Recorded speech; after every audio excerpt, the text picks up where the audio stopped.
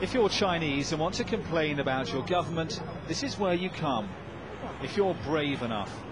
The National Petitions Office is ringed by plainclothes police, and coming here isn't encouraged. Foreign journalists aren't welcome either. Sorry? It's all part of China's media control machine that would have you believe all is calm and stable here. Hey. What's going on? Don't be fooled. Below the surface, China is seething with discontent. This is a slum of the downtrodden, where victims of injustice come to live while petitioning the government. We arrived unannounced, but within seconds were being mobbed by people desperate for our attention.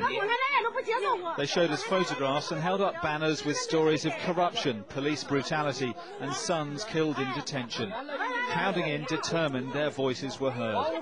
One of the women pleaded with us to film her, saying she'd been beaten by police. These are very rare pictures in China. This kind of discontent is seldom filmed. We couldn't stay long. They said the police were coming. But in just 4 minutes, we'd attracted a growing crowd. Before leaving, our camera was drawn to a man bearing the burn scars of a past protest.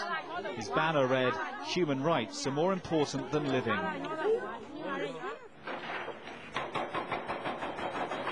But this is what's causing the greatest anger. Homes and land being seized by the government and sold to developers to build on. These are some of the victims. They've spent all winter living in tents in temperatures well below freezing, after their own governments demolished their homes to develop the land.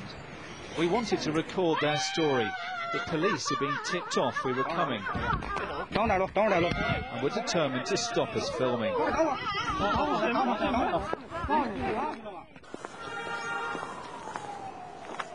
So we went back at night. This small tent is all Wan Baolong and his wife have left to live in. He told me how the government evicted him by force, so he set up camp where his house once stood. All he wants is enough compensation to buy a new home. It takes courage in China to talk to foreign journalists and criticize your own government like this. There's nothing we can do. Nothing. We went to the Chinese media, but they're too scared to report it. The government won't listen. They just bully the ordinary people. They're eating our flesh and drinking our blood. They're picking our bones clean. Wang Shuiyi is another demolition victim. This is all that's left of the home she'd lived in since childhood.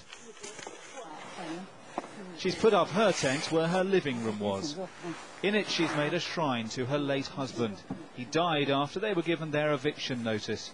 She claims officials hounded him to his death.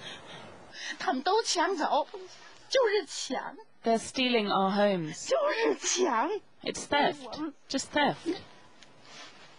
The poor have no human rights, no way of surviving. We've been everywhere for help. This is the flip side to China's economic miracle.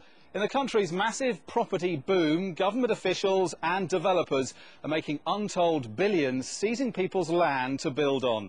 It's a land grab on an unprecedented scale, and the full force of the state is being used to crush any protest.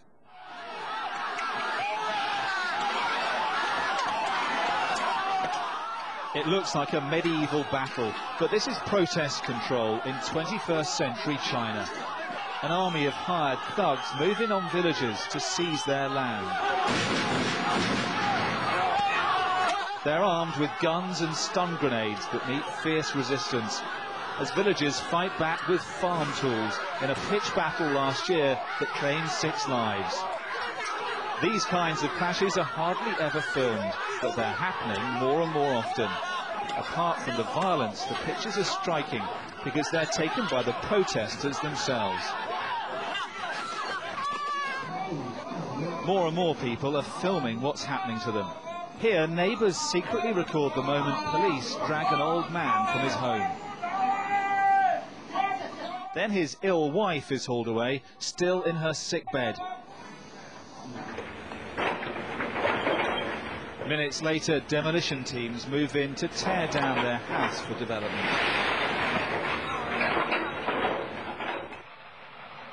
These poignant pictures are of a man racked with grief in the minutes after his house is demolished.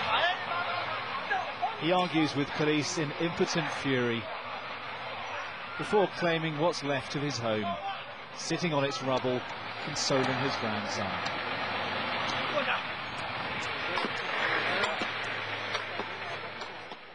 We can only catch glimpses, but in booming China, there's an unequal struggle raging between the poor and the powerful that the government would prefer the world didn't see. Dominic Waghorn, Sky News, Beijing.